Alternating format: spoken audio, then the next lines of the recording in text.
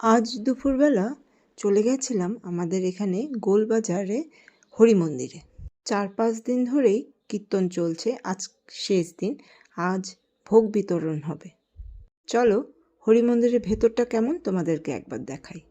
বাদিক দিয়ে উঠতেই প্রথমে দুর্গার মঞ্চ পাবে, তারপরে এই সুন্দর রাধাকৃষ্ণর মঞ্চটা রয়েছে।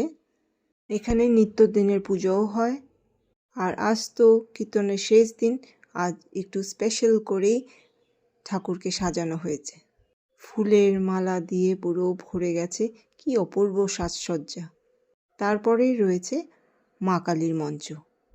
আজ তো প্রত্যেক ঠাকুরেরই সাজসজ্জা একটু অন্যরকম ছিল। খুব সুন্দর করে এখানে ভোগ নিবেদন করা হয়েছে। এখানে ভোগের কুপন যারা কেটেছে তাদের জন্য ডালা সাজানো হচ্ছে। এখানে অনেক দিদিভাই কাকিমারা রয়েছে যারা সাহায্য করছে একজন আরেকজনকে ভোগের ডালাগুলোকে সাজিয়ে গুছিয়ে দেওয়ার জন্য। আমরাও কিন্তু ওখানে খুব সুন্দর করে ভোগ খেয়ে এসেছি। আমার সাথে গেছিল আমার পাড়ার বোন লিসা। ছিল ছোট্ট করে হরি মন্দিরের একটা ব্লগ তোমাদের সাথে শেয়ার করলাম। কেমন লাগলো প্লিজ কমেন্টস করে জানিও। ভালো থেকো, সুস্থ থেকো, সকলকে ভালো রেখো। আবার দেখা হবে নেক্সট ব্লগে। আসি তাহলে।